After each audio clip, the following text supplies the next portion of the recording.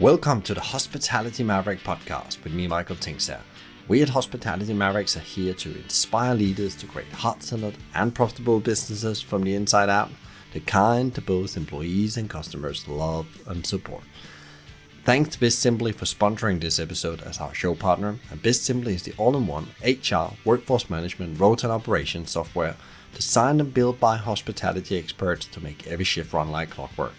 And we join forces to help the industry to find new ways to become even more innovative in how we lead our people, how we operate, to how we grow our businesses, to how we serve our customers. Together we want to share strategies and tools that can make the industry thrive long term, not just survive. I really truly believe you have to be yourself. You have to be able to be yourself in all the circumstances that you find yourself in the business. And so I'm a very natural I have a very natural manner with people. We have open door approach in the business. In the very early years, I didn't believe in hierarchy. I mean, there had to be a little bit because people had to be in charge of things. But when we had rewards or gain share or bonus, it was the same for everybody, whatever position they were in the business. So just be fair and be yourself and unpretentious is a very key thing for me. This is Monika Linton, founder of Brindisa. Brindisa have for more than 30 years been bringing the best of Spanish food to you via their restaurants, retail shops, online shop and wholesale. Monika shares the story from the early days, back in the late 80s, when the business was founded. At that point in time, Spanish gastronomy was almost non-existent in the UK. Monika and Brindisa created a whole new category of food in the UK. They are what I would call real trailblazers. We dive into how they approach growth, leadership, development of their people, and how they're developing a culture people love and support. Monika gives an overview of what she thinks are the key challenges for hospitality right now and how they are trying to overcome these. We talk about the power of getting the right people in the right seats when it comes to the leadership team and how this really had been a key factor for navigating the pandemic for Brindisa. Monika shares how she has grown and developed herself and show up pro every day, and she has a lot of great advice during this conversation. Before you tune in, please sign up for our weekly newsletter packed with more Maverick insights, strategies and tools. Find the link in the show notes or visit hospitalitymavericks.com. And a last thing, this conversation will make you reflect on how you build an organization and culture that people want to join and stay with. A great place to work. Enjoy.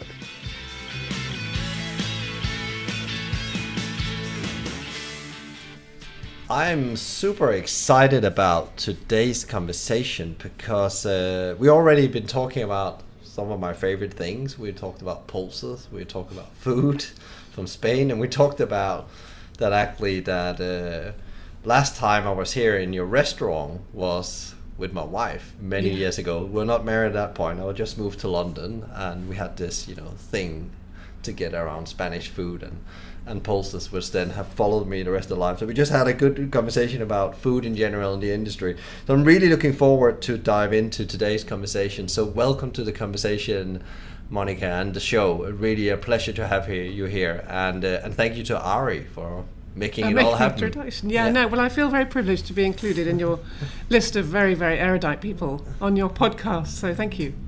You've done the work yourself in a way, and Ari said you need to talk with Monika. If you don't know Monika, you need to meet her and you need to talk with her. That's very kind of him. Yeah.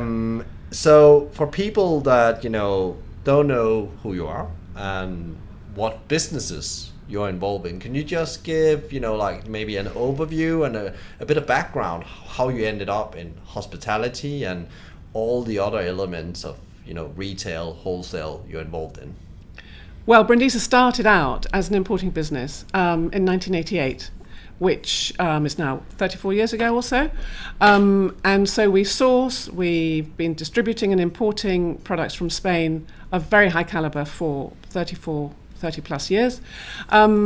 We then set up to sell to the public directly without having to go through intermediaries. We then set up retail. So we've got shops and we've got an e-commerce platform. so people can buy directly from Brindisa. And then in 2004, I set up a separate entity, which is the Tapas Restaurant Group, which is now made up of 6 restaurants and a market bar here in Borough. And that we've also acquired a business in Spain, which is called Perelló, which is a brand, an olive brand and a pulses brand that we run out of Barcelona, and we export from there. And that's the sort of sum total of Brindisa at the moment. How this all started is a whole other kind of question, really, because it's sort of, I'm not really a traditional business person. I started out as a teacher. I did a degree in Spanish. As a family, my parents lived and worked abroad a lot, so we were influenced by living in Africa, in Asia, and just, moving around the world and eating different foods and meeting different cultures. So that all, I think, must have fed into my interest in food generally. And having done a Spanish degree, I wanted to use my language. I wanted to stay connected with Spain. I lived in Spain for a fair bit after my degree, working as a teacher. And then I came back to England and brought the sort of foods with me and started this business up. Really inspired. My brother started it with me. And since then, it's just grown to what I've just explained. It is now with all these outlets. It's much bigger than it was, obviously, at the beginning. And so I kind of got to a stage where, over 35 years, the world has evolved into a very different place. And so, I have built around me some very, very good teams and people, because you can't acquire all the skills yourself. So, I suppose my kind of main reason to do this is just love of Spanish food and love of food in general, exchanging culture, exchanging foods, connecting with the people who make food and who make food really, really, really properly, because there's craft in making good food. It's not, obviously we need fuel to survive, but within the food world there are people who have so much skill and so much knowledge that watching how the Spanish manage, if you like, their gastronomy, how much they know, was just a total insight to, completely, just knocked me sideways when I saw what they knew, and I wanted to bring that knowledge back to England. Therefore, that's how we got the business going.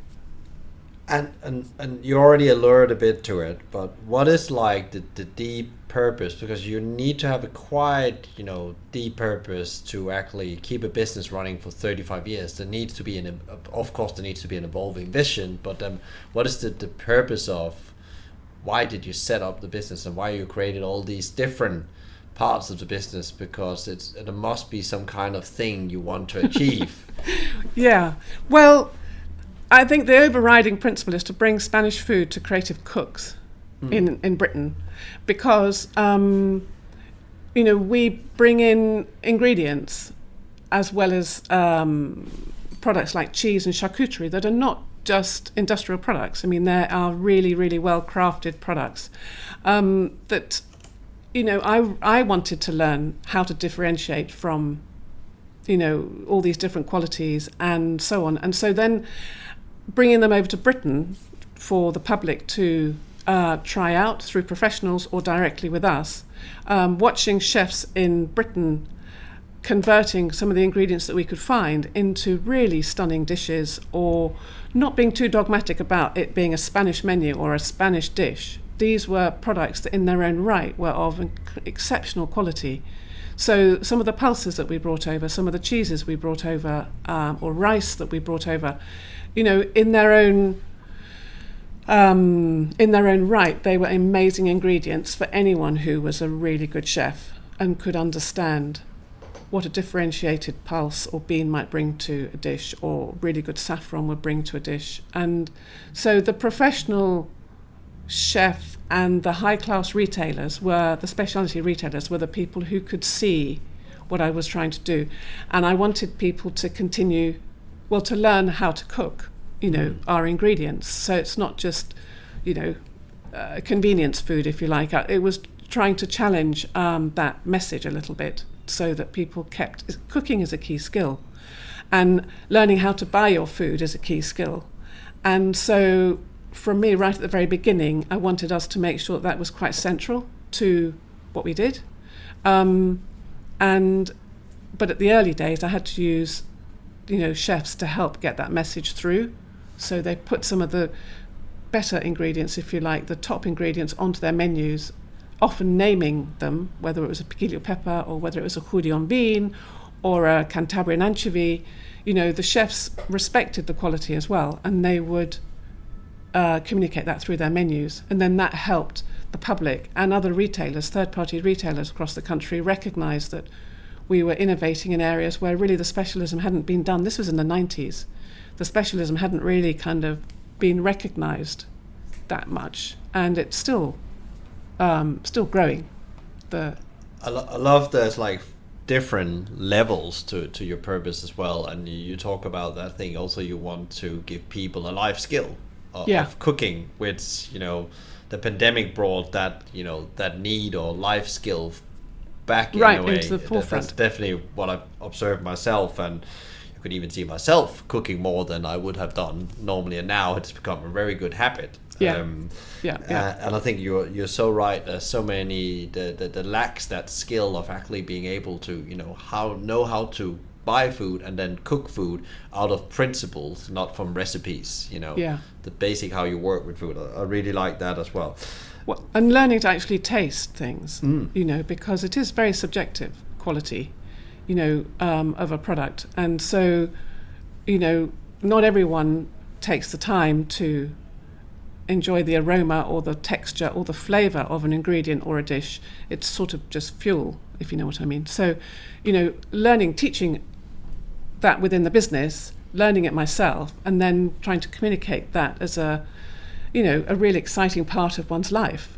It is quite an adventure to learn how to appreciate ingredients. So that's a big part of the... Yeah, and I guess that you're never done, because there's so much still to be learned. There's you can keep on, the universe of food continues, and that's why I love it, and some of the things that make me addictive to the food bit, because you can never learn. And I just learned about a new pulse before we started as well. Faba bean, and I was talking about fava beans. Yeah. What do you think that makes your business? Because you need to have something that consumers or customers thinks is quite unique about you to stay in business for so long. What is it that really makes you unique? And that could be Brindisa, or it could be some of the other brands. What is it that makes you, both from a customer, maybe also for an employee point of view? Well, I think it's partly the all these different channels within the business. Cross-fertilising across all these channels is something that's very unique to Brindisa, and in such a niche. So it's not like a multinational business or a very big business really. But we source, we ship, we distribute, we retail, we cook. Ingredients from Spain. Now people, most maybe sensible business people would say, we're going to do that, but we're going to do it across a global range of foods rather than just from one country that people don't understand particularly well.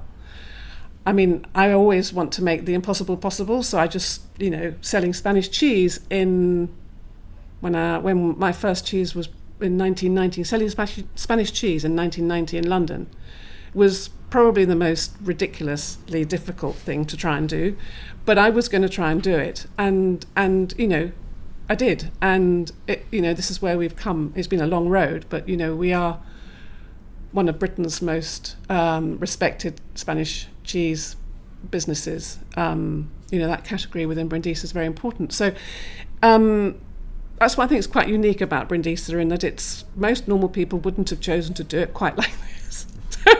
It means that we can you've got this cross-fertilisation, if you like, across all these channels of something that is quite niche, really, Spanish food. I mean, it's... I think that's quite unique. But I think also that then what you're saying as well, Blind, is that, you became the experts in this, and it takes time to become the experts in a specific niche. But then when you own that, it's quite good for the business long term. because you're building on that.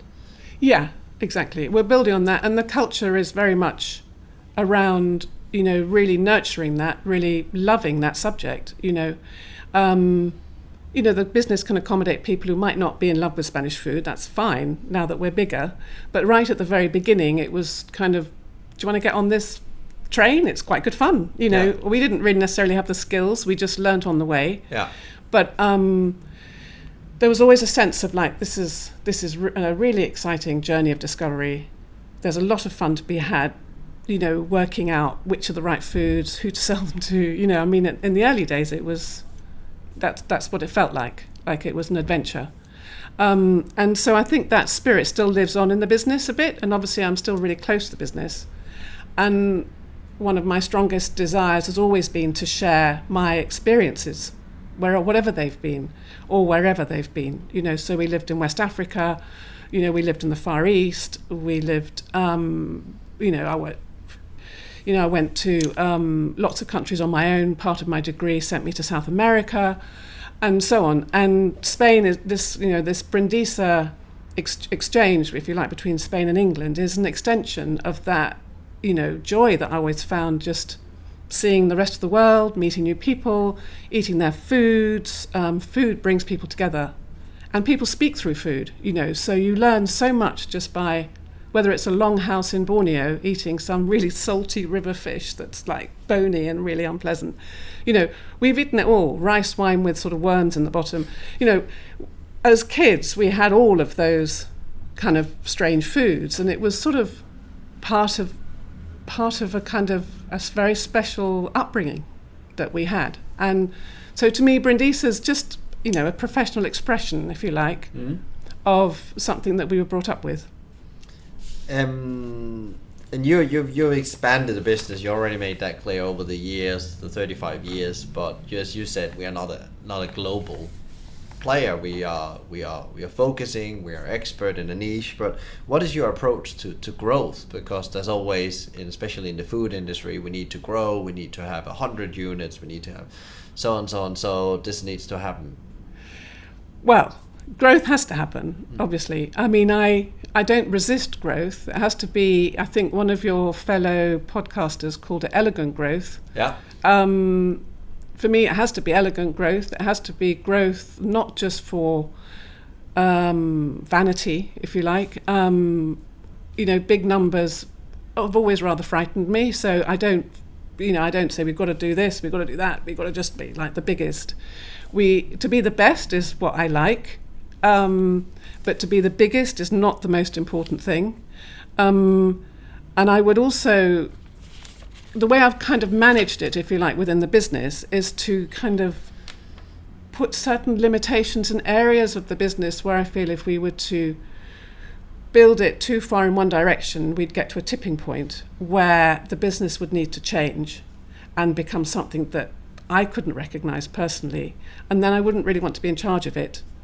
So it's identifying really with the growth pattern, if you like, where we're going to enjoy the growth and where it's going to be true to our values, so that we're not.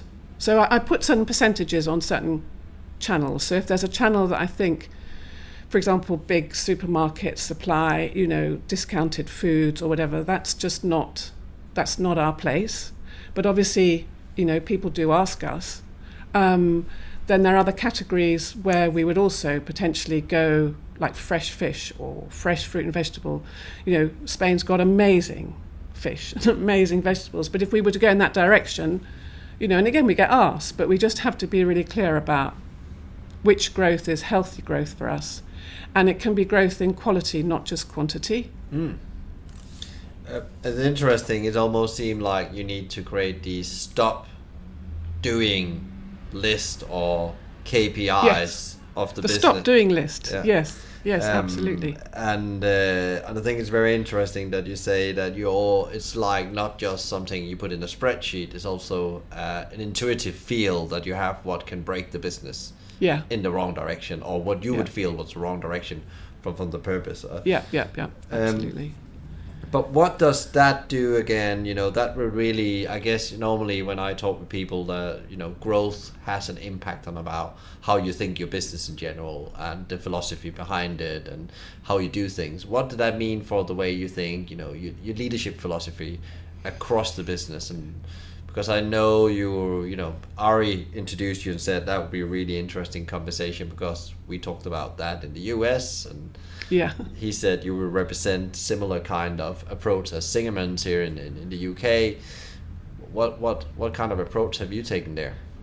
Well, I haven't sort of like written it down or formulated it in any kind of, it's just sort of, I like you used the word instinctive just now. I am, maybe to my detriment in certain areas, I am very instinctive, and I don't always look at the numbers and so on. But so in terms of leadership philosophy, I really truly believe you have to be yourself. You have to be able to be yourself in all the circumstances that you find yourself in the business. And so I'm a very natural I have a very natural manner with people. We have open door approach in the business. In the very early years, I didn't believe in hierarchy. I mean, there had to be a little bit because people had to be in charge of things. But when we had rewards or gain share or bonus, it was the same for everybody, whatever position they were in the business. So I've been, that's a sort of just be fair and be yourself and unpretentious is a very key thing for me. Courage, I think, is another really big one for me, because when I look back at what the things that I've done, I think, my God, how on earth, what was I thinking? Whether it was, asking the milkman the local milkman, whether he could store the cheese that I'd imported from Spain because I had nowhere else to put it, and just stopping him in the street kind of thing, to setting up a restaurant when I had no idea how to run a restaurant. I just pitched for the site. I was very convincing that I knew what I was doing. Good ingredients make good tapas. What's there to argue about? But of course I didn't know how to do that conversion. But, I took the site anyway, because then I thought, I've got to find some people. So then I found the team, So courage, I think, does get you quite a long way. And so, I still believe in courage, not being frightened to make change or to be disruptive. Integrity, loyalty, I think are really important. I think, but in a business like ours, after so many years, in the first few years when people left the business or were worried that their future wasn't going to be satisfied within, because of me or whatever, I found that really distressing, because I get quite emotional and I just, you feel everything, and that makes you less able to think. And so as time's gone on, we obviously set up an HR department in both businesses, and that was the most amazing thing to do, because in the early days you get so close to people because you love your colleagues, they're your friends, they're your family. You don't want people to be dissatisfied or unhappy, but you haven't got all the money in the world to pay them either, because you're just a new business. So I've learnt over time that loyalty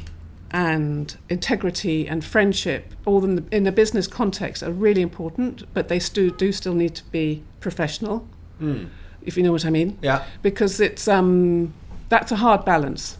Yeah. When you start out, you don't really understand how important having a little bit of distance from people, because you want to take it all on. With the same joy you might want to find the foods, you also want to help everybody. And then again, it's the passion that comes out there.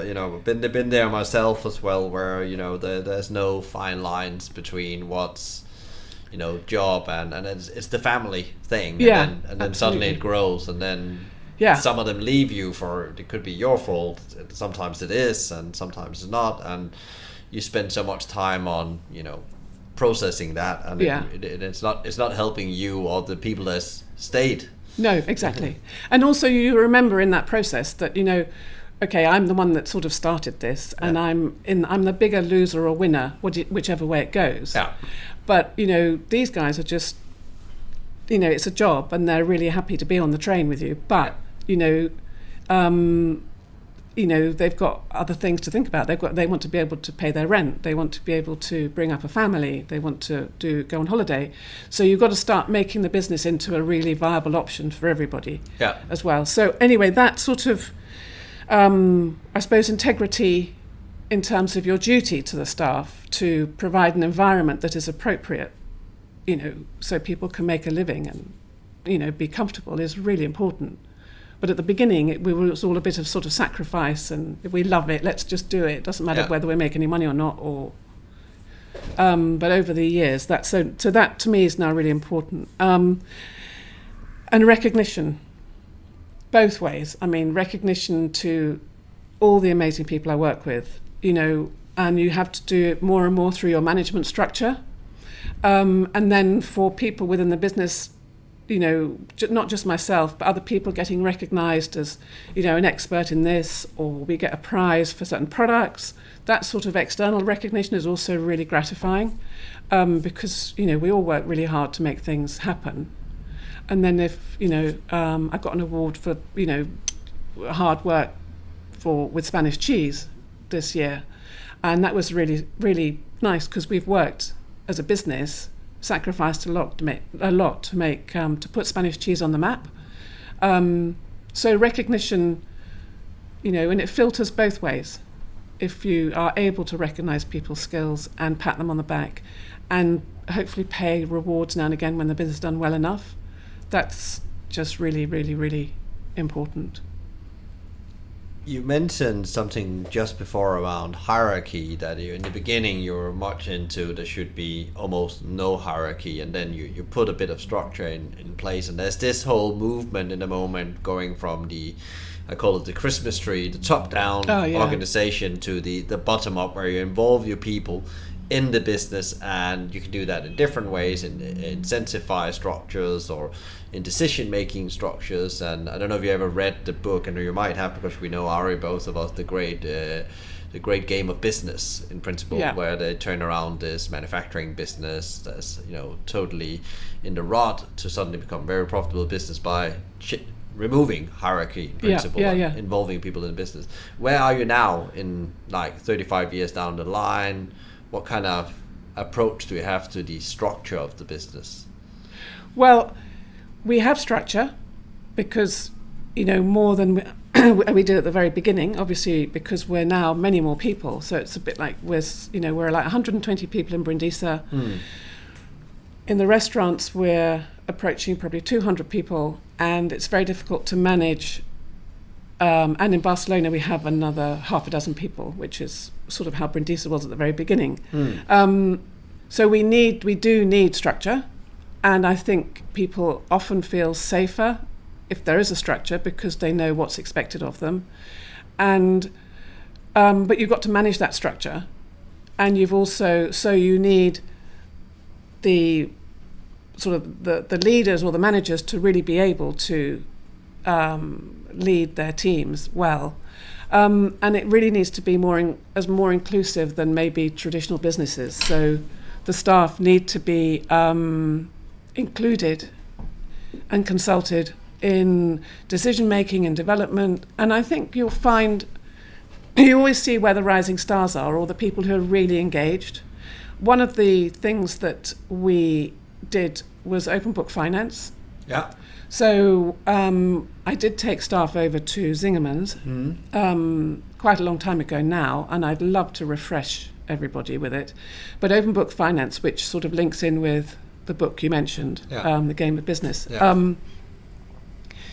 I think is a really, really, really inspiring technique for all sorts of businesses. And we ran it within Brindisa for quite a while.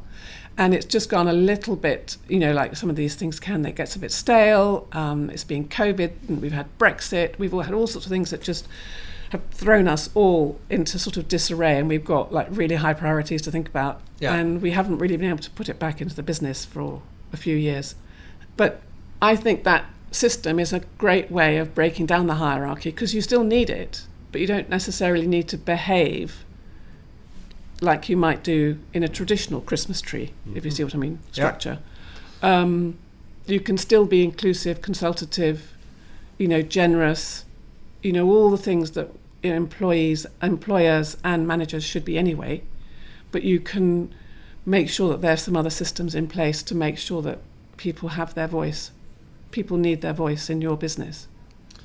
Yeah, and OpenBook Management you talk about there is also about sharing the numbers. This is how the business are doing. This is the results, because there's often what I've learned before I even learned about the term OpenBook Management. Those always people thought it was going much better than it actually was, and if you're sitting in the top tree or part of the business and you say, look, well, how do we explain that to them that maybe it's not always good, and we always save the business in the last 3 months of the year up to Christmas. That's how the business model works, and lots of people thought we were making lots of money all the time.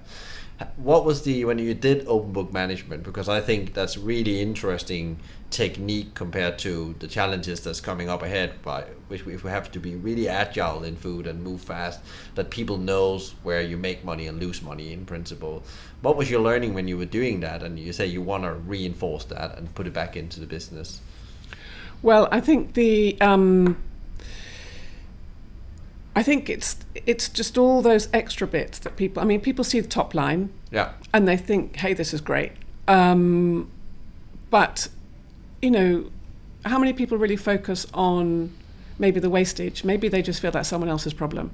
Someone else can pay for that. Oh, we've got to waste 2 pallets of something, but I've made the sales, so it's not really my problem. Or there are other costs to bringing in a new product that isn't costed properly in terms of marketing it and launching it, and so nobody spends any money on marketing or launching it, and therefore it doesn't go anywhere. And then you kind of wasted a whole lot of effort from the buyers to the logistics team, yeah, and everything. But so with OpenBook Finance, you bring all of that out, and it allows people to understand the hidden costs and the complexity really in a business to make something actually work. And I think that's where the system was really, really good. But you do need to be asking good questions, like all of these things. You have to be asking the right questions, because you can just get into a system of just doing a huddle, if you like, with a DOR board, and you just kind of go through the motions. But you really need to interrogate the information, even if you've got the system, if you see what I mean. Yeah, because then the system can become the worst enemy of itself, because Absolutely. It's easy. Now, then we've done that and we can tick it off. Yeah. But really you didn't come to the root cause of either the costs, the wastage that's going up, or the sales that didn't come in on these days. And so I agree. I think really that thing also, when you start sharing people the complexity, that's also when one of the next thing I wanted to talk with you about, you really can start grow and develop people and make them better business people when they move on, because a lot of people, I work through my career, I often start to, when I get them in from somewhere, or maybe to get in very early in their career, that's definitely my experience. First I need to learn them how work works, and how to be productive at work and efficient, and then I start with the P&L, and then I find out lots of people don't know, they just know top line, sales and profit. Exactly. But all the complexity, as you're saying, that's going on. I mean, I must say, with the restaurant business, which is a much more immediate business than, say, the warehouse. The warehouse is complex because we have lots of different categories and we have lots of different channels. And so understanding how that comes out, what margin comes out in the wash, is more complex than it is for the restaurant business, because, you're doing one thing, which is, supplying amazing dishes to customers who pay on the nail. So you haven't got credit issues. It's just getting that balance right. And my finance director and operations and partner director in the restaurants, Ratnesh Bagdai, is absolutely brilliant at bringing those numbers together, because they're at hand every week. So the staff see that. We have a daily report from every site of the sort of what the activity of the day, the staff cost. They're watching. The staff are trained in that business to watch it every day, because it's more controllable, it's more visible. And the teams, the managers and the head chefs are all really versed in what they need to do to make the business, make their site stay profitable and function really, really well. And that's really partly from the input from Ratnesh, site by site, and his operations team communicating to all the leaders in the business. But with the restaurants, it's a bit easier than the wholesale business. Yeah, because you also have the complex thing about you have different business models going on here. So yeah. And that's again, but it's interesting you mentioned OpenBook Management. Then when we are the subject about, what is your approach to, because you have these different businesses, how do you grow and develop people? Because, lots of people are trying to find the way to retain people in the moment. It all comes back to we need to train them more, we need to develop them more, we need to give them transferable skills, and then they stay with us. What has your approach been through the years and trying to find your way around this?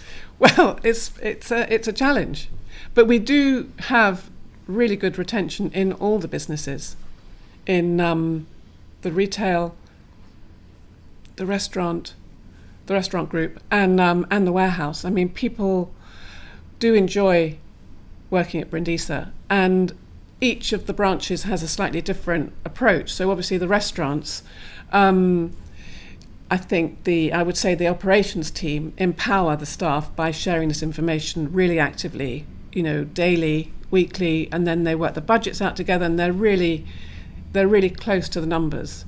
And I think, and we pay them a fair salary, and the terms are good, and people get paid overtime. There are all sorts of, in the hospitality business, there's all sorts of different ways of paying people, but we've chosen one particular route that works quite well for the staff. So, that works, and the trunk goes back to the staff. So there's obviously monetary benefits in the restaurants, but if they're in control of the numbers, that really helps retain them. And I think that the restaurants, it would be fair to say that the connection with Brindisa and the food, and the fact that we've got the food going right back to Spain, and we're all in this decision-making process together, also gives them what I would call, a great privilege, really, to be working with great ingredients, because you could be working in a restaurant group where the ingredient might not be quite so special. So that helps the team behind the stoves sort of really get into the menu and enjoy using these ingredients.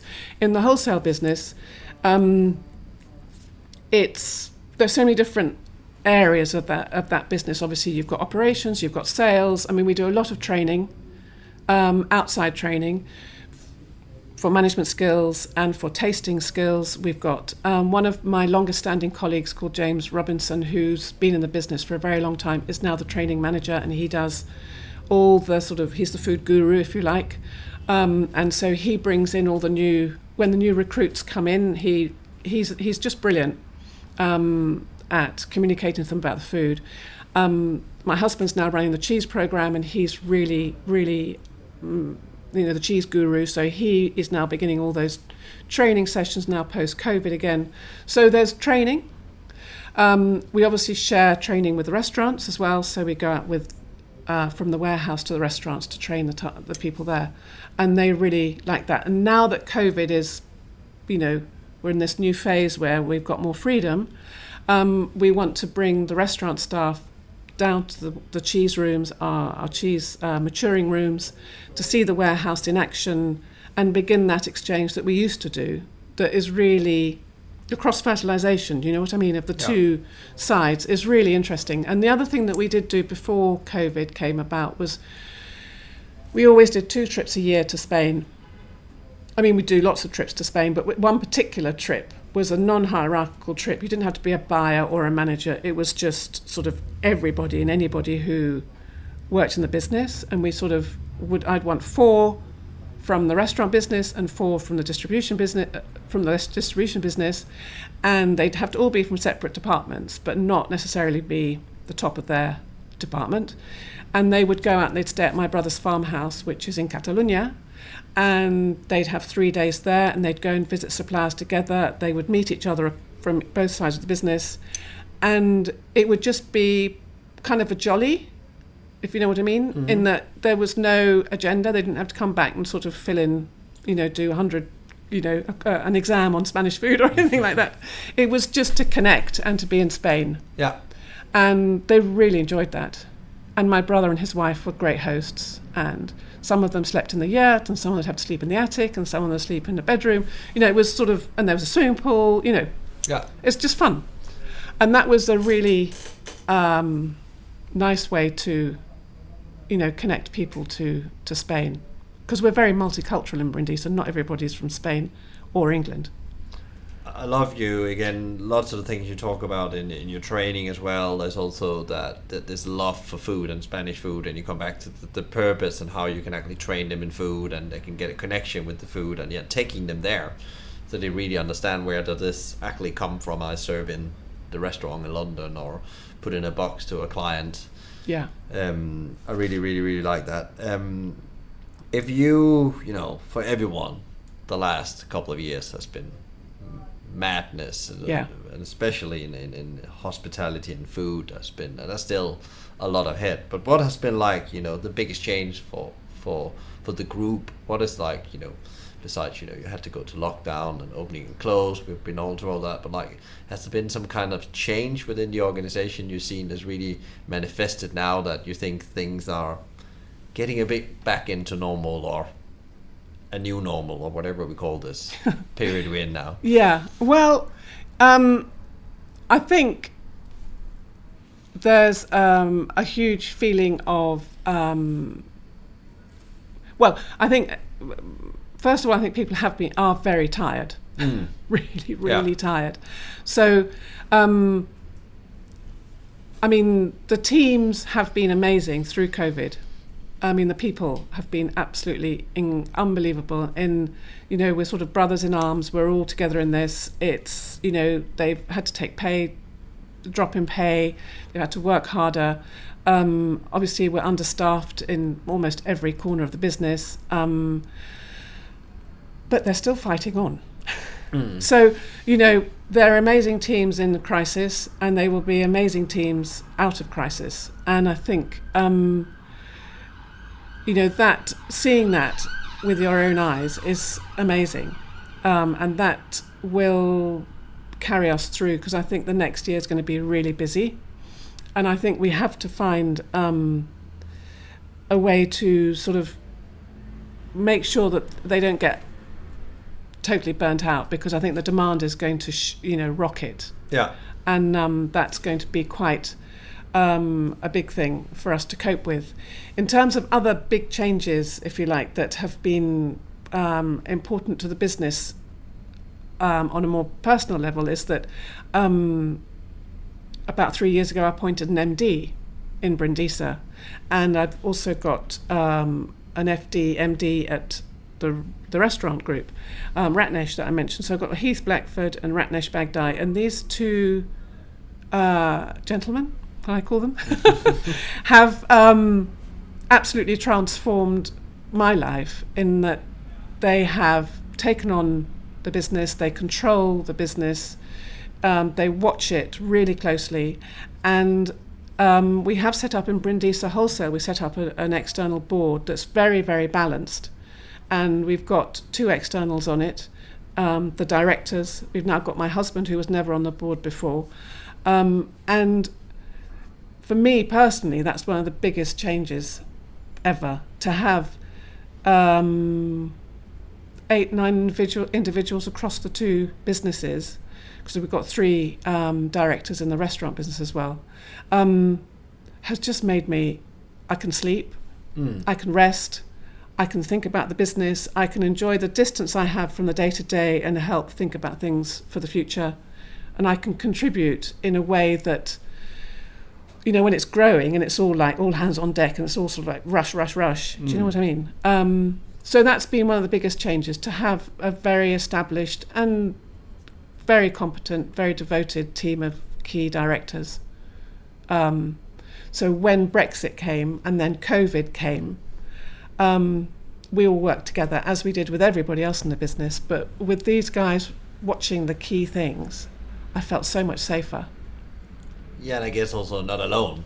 No, and not alone. And different thinking, looking at the problem, finding different solutions. That's probably better than when if you're just trying to yourself to find a solution. Yeah. And you mentioned Brexit, COVID now. What do, in your opinion, is like the key challenges for hospitality, food as we go into?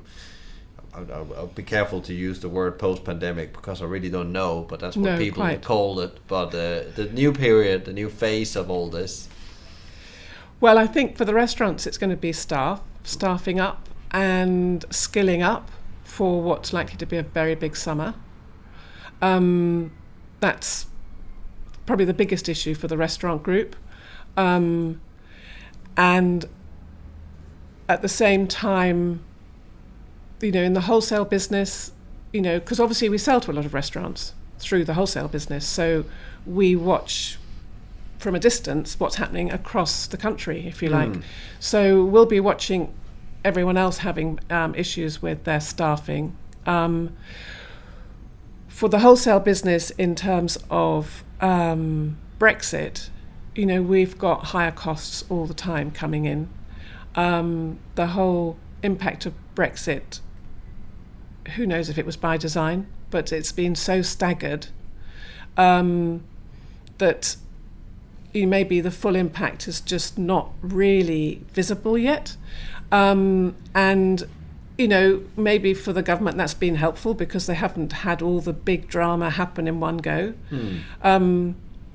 And we have had Brexit 3 or 4 times because of all the sort of stop-start that was going on. So we've stocked up and then not needed to stock up 3 times over, which has been a cash flow issue that we've had to manage. And then now things obviously are flowing, but we've now got January, we've got new documentation.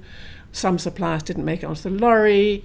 In July, we're going to have more phytosanitary certificates that have got to be approved with each shipment. I mean, it's going back in time in terms of efficiencies, and it's going to be, I think it will challenge the diversity of product that will be able to come into the country, not just from us, but for the rest of the world, rest of Europe particularly. And the standards that we were working to, are sort of a bit of a moving feast. So, we've had to, we've got a lot more costs, basically. The red tape that we wanted to say goodbye to is there in greater quantities and greater costs. And so, that's what's happening. So diversity and cost, or, reduction in our diversity of range might be a consequence. You mentioned the staffing crisis there's for many right now, really a big focus on, especially we're sitting here in London where there's really a huge demand for people just to keep open. Some people have to reduce their opening days. And what has been your way to manage that as you came back and switched on the light and opened the doors again? How did you manage that, and how are you moving with that, like attracting more people, or the right people? I guess it's not just people, you want the right people. Yes, absolutely. Well, initially we reduced the working week so that the people who, obviously last year we had to make, at the beginning of the lockdown, the first lockdown and so on, there were obviously redundancies and we had to, lose people, which was heartbreaking. Then we worked on a smaller team during the Eat Out, Help Out phase leading up to Christmas, and we shortened the hours, and again we've got a shorter week in some of the restaurants, and we haven't fully opened. So that's the way we've managed it. We have got some good people coming into the business now in terms of looking for work with us. I think one of our benefits is that business hasn't really changed. We haven't suddenly kind of sold out to anybody. I mean, we're still a privately owned company, so people are still working. None of the ethics have changed. None of the sort of values have changed. The aim of the business, the restaurant business and Brindisa, is to run a healthy, happy, profitable, enjoyable business, with excellent food at the forefront. So that hasn't changed in COVID. We can still do that. We've come through on both sides in a way that, we've sustained it. We've sustained the period of COVID. What has been, if you take you as the founder, and you've been on a journey where you have put yourself in a new position over the last 3 years you just talked about, what has been your most significant learning? Because everybody takes something out of this thing, COVID, and what has that been for you? Well, I kind of touched on it just now. It's just the utter joy of working with people that you can trust. I mean, it is the most amazing thing in the world, really, to feel that, because the business has got to a size that's, I couldn't cope with running Brindisa on my own.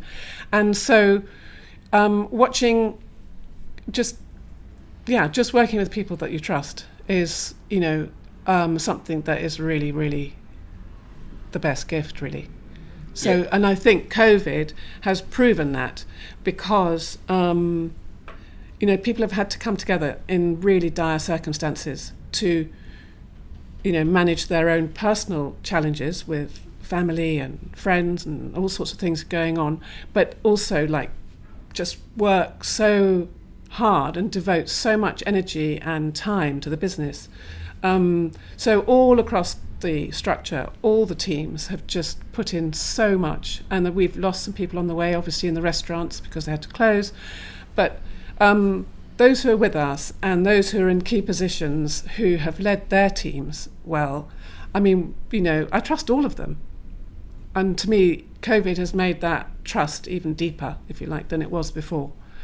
So, that's one of my biggest learnings, the joy of trust. I really like that, because it's also, we all know in the hardest time, no matter if it's in business and life, the people that stands with you are the people that you can trust, whatever mountains you're crawling. Yeah. Because you never know the direction. No. But if you have the right people around you, you will find a way. We'll find a way. And we're in it together. And, that feeling of sort of brothers in arms, or whatever you want to call it, we're going to do the best by each other all the way through.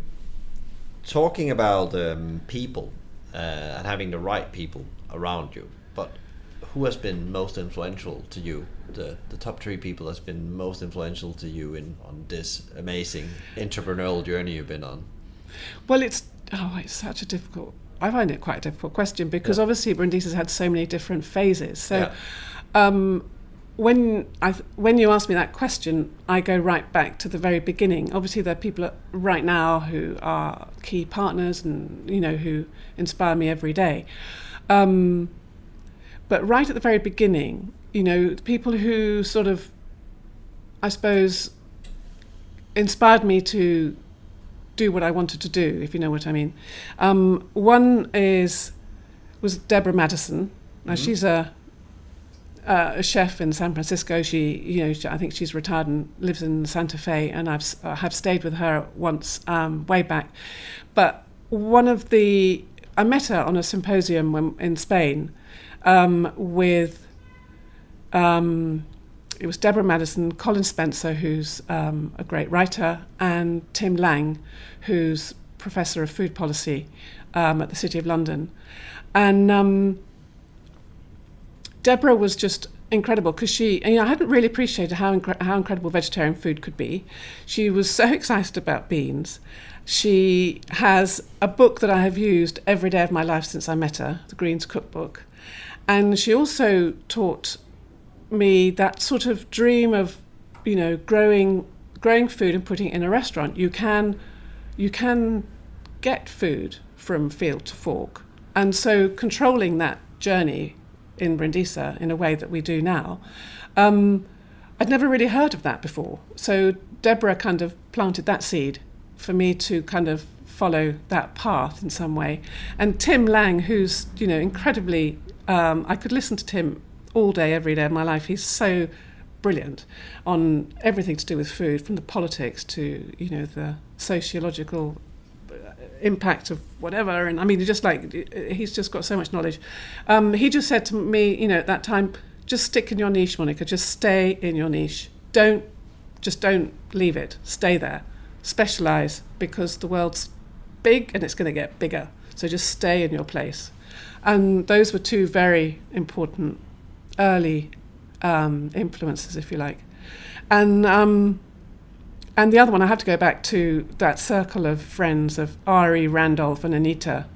So Anita, who founded Monmouth Coffee, Randolph Hodgson, who founded Neal's Yard Dairy, and who then introduced me to Ari.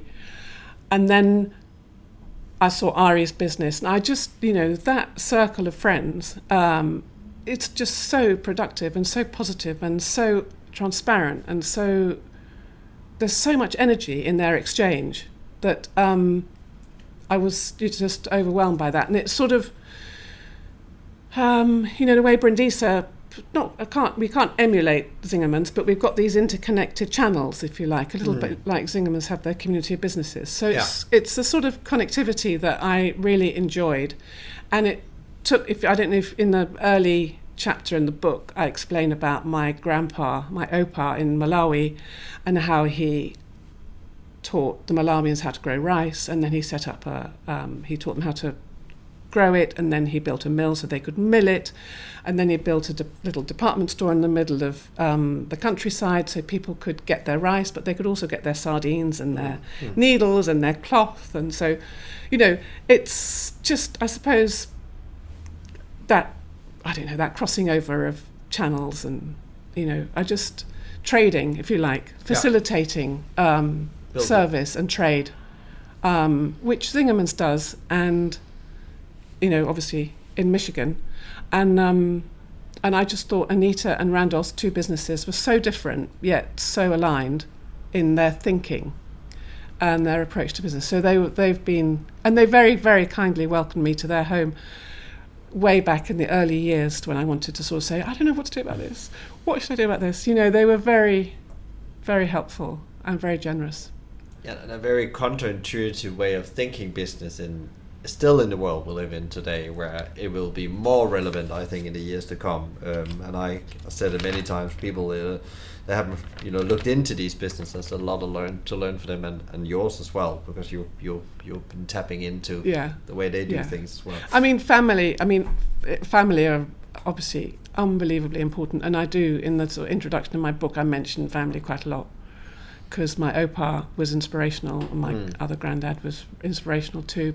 But family's just been an absolute rock for me all the way through. So my parents' values are, integrity, just, being very just. My dad was in personnel, so he's always been about, people management is key. My mum's family had this sort of great journey from Germany to Africa and whatever. So that, they set up farms in lots of different places and worked with, Turks and Greeks and Cyprus and Malawians and Indian families and communities in Malawi. So, that sort of people of the world strength, if you like, that has absolutely been, it's just part of my DNA. I mean, the world is our home. Yeah. And we're just guests on it. Sometimes we have to remember as well. How do you keep on showing up every day and playing the best game, being pro, I call it as well? It's a fun way to say it, actually, being pro. Well, one of the practical things I've done is a few years ago I'd started to diary a short week, because the week always gets longer. Yeah. So if you plan to work for 5 days of the week, you will end up working for 7 or more. So I plan 3 days and try to contain it. It never works, but at least I'm starting from a point where I can manage it without. Otherwise, I flap, and then I get useless. So that's a way of staying pro for me, because I do overcommit, and I do tend to say yes to pretty much everything. So that's one thing. I've got better at looking after myself. So, I thought being busy and rushing to work and, eating, drinking, seeing people, all the time was was fine. I think when I was younger it was fine, but now it's not. So I do a lot more exercise, sort of structured exercise more. So I've started running a bit, I'm doing Pilates, I do quite a lot of that kind of thing. I've got 2 dogs, so I walk them every day, and I get a bit of space doing that. One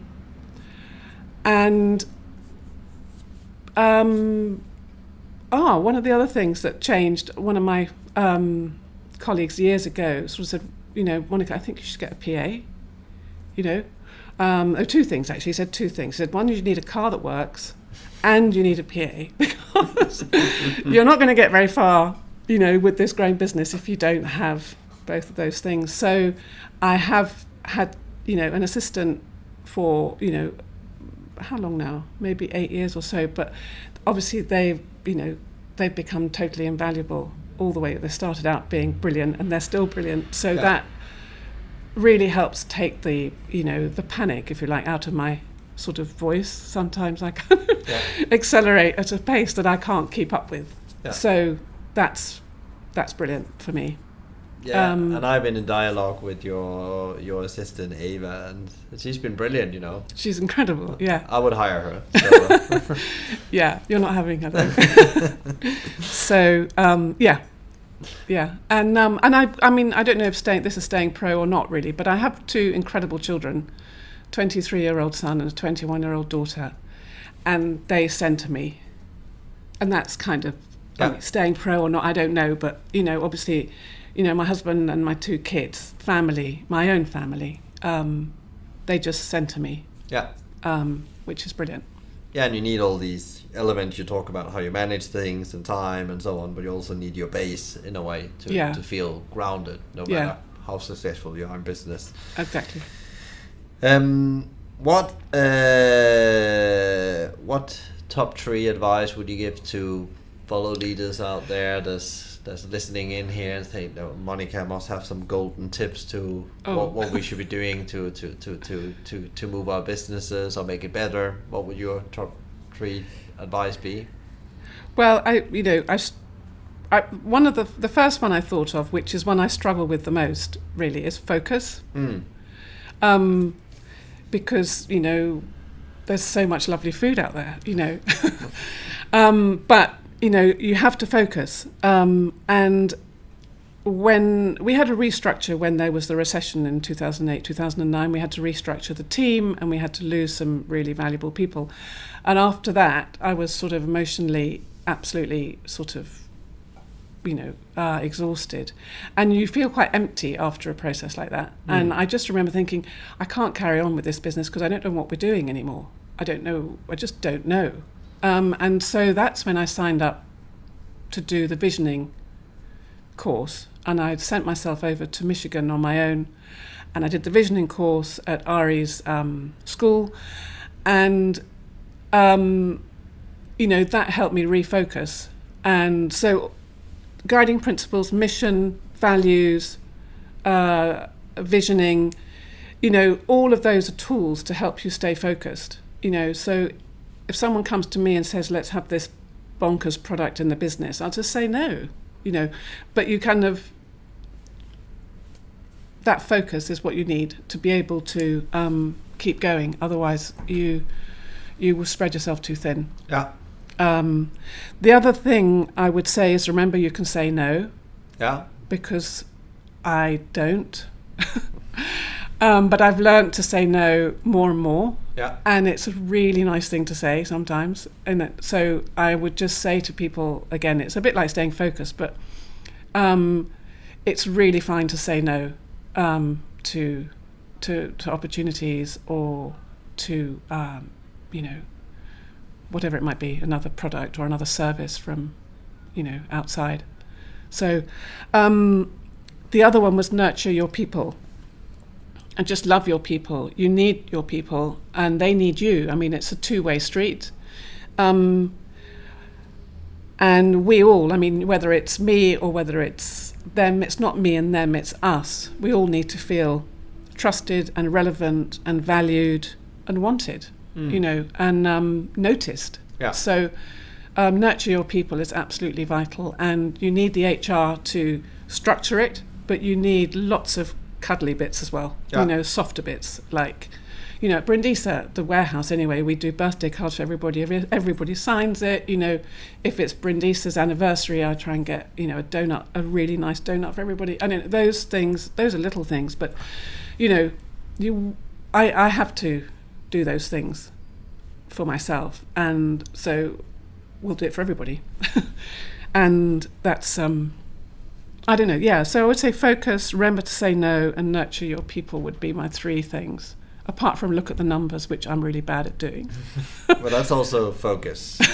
Yeah. Numbers makes you focused. Yeah, absolutely. Because I totally agree with that. I really like the no thing, because that's one of the hardest thing to do when even, you know, great opportunities comes up, and actually say no in that moment. I have had like 2 years now of I call it stop doing instead, and I'm really still struggling where putting too much on the plate, and then I find out, wow, now I'm 3 months into it, and I committed to something where I can't really follow through on the standard I want to follow through on. That's the thing. And absolutely. then it starts to, as you come back to it, starts to impact you as the and then individual. It sort of implodes as a project, and then it's like, well, you know, told you so, sort of thing. I mean, I'm not saying I'm the best at these, but you're practicing.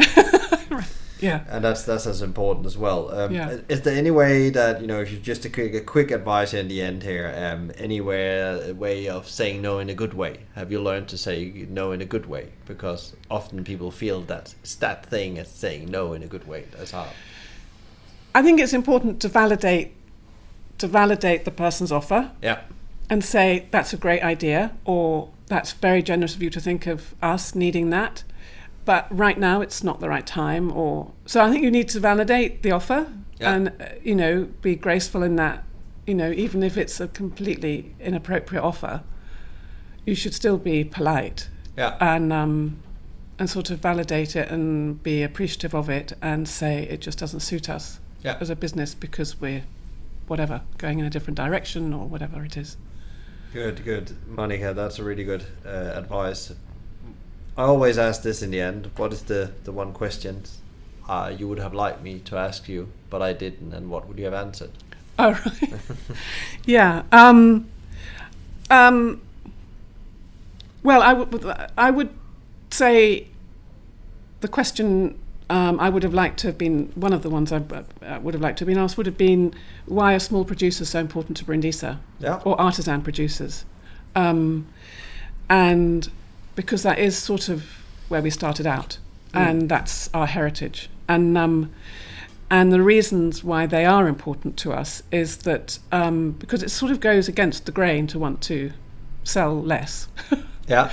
You know, but these producers, many of them are in rural communities in Spain, and Spain's a big country, and they're very remote. And the fact that they produce something that we can find a market for sustains livelihoods in that community, which is important. You know, migration to the city happens everywhere, but if we can minimise some of it, that would be good.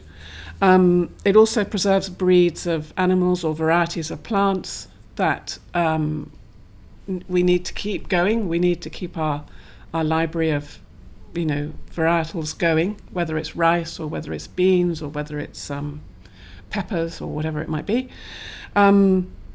Those producers are not highly mechanized.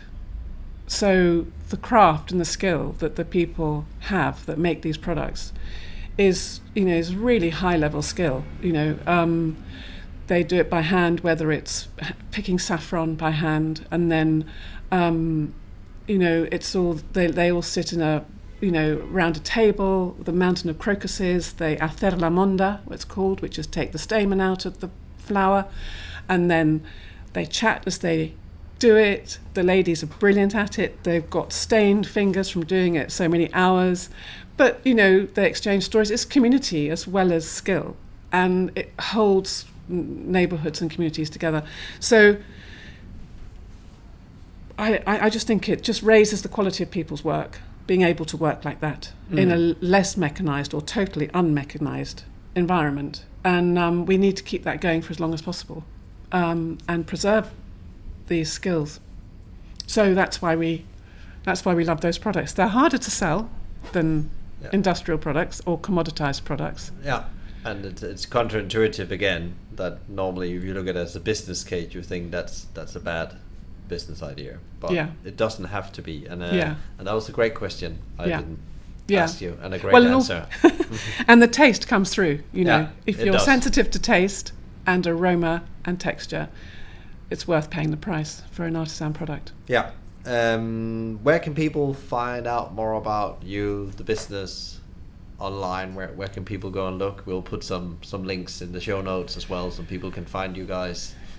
Well, either websites for Brindisa.com or brindisakitchens.com or even perello.com are all there, and I can be found. Emails get forwarded to me straight away. I'm on LinkedIn. I'm not particularly good at managing LinkedIn, but I'm there. I'm on Facebook. I'm on Instagram as Brindisa Monika. I'm very happy to get direct messages from Instagram. And Eva. You know, Eva. Eva Andres is very good at helping put people in touch with me as well. Good. Thank you so much, Monika. That's been an absolutely incredible conversation, and thank you for sharing all these things about your journey, but also the business and how you do things. Yeah, well, thank you so much. It was great. I could have talked for hours actually, but thank you very much indeed. It was very nice of you to invite me. Thank you so much, Monika, for sharing your journey and learnings, as well as how you build an organization people love and support. I would recommend you now to ask yourself, how can I build an organizational culture that people love and support? To get further inspiration on how to improve your organizational culture, please tune in to episode number 56, Heartfelt Hospitality, with Nina Jeffra Stevenson, Chief Cultural Officer at Point A Hotels. If you enjoyed today's conversation, please share, rate, review, or subscribe to one of our channels. A big thank you to BizSimply for supporting us, bringing great insights, strategies, and tools to help the industry thrive, not just survive. Check them out at bizsimply.com or via the social at BizSimply or BizSimplyHQ. You can also email them directly on advice@bizsimply.com. A big thank you to Fina Charlton, who is the show producer and editor from the Podcast Collective. Tune in next time for another interview. And in the meantime, find out more about us and subscribe to our newsletter and more Maverick insights at hospitalitymavericks.com. And don't worry, if you didn't get all of this, there will be links in the show notes. I'm Michael Tingsa, and you've been listening to the Hospitality Maverick podcast show. Be Maverick.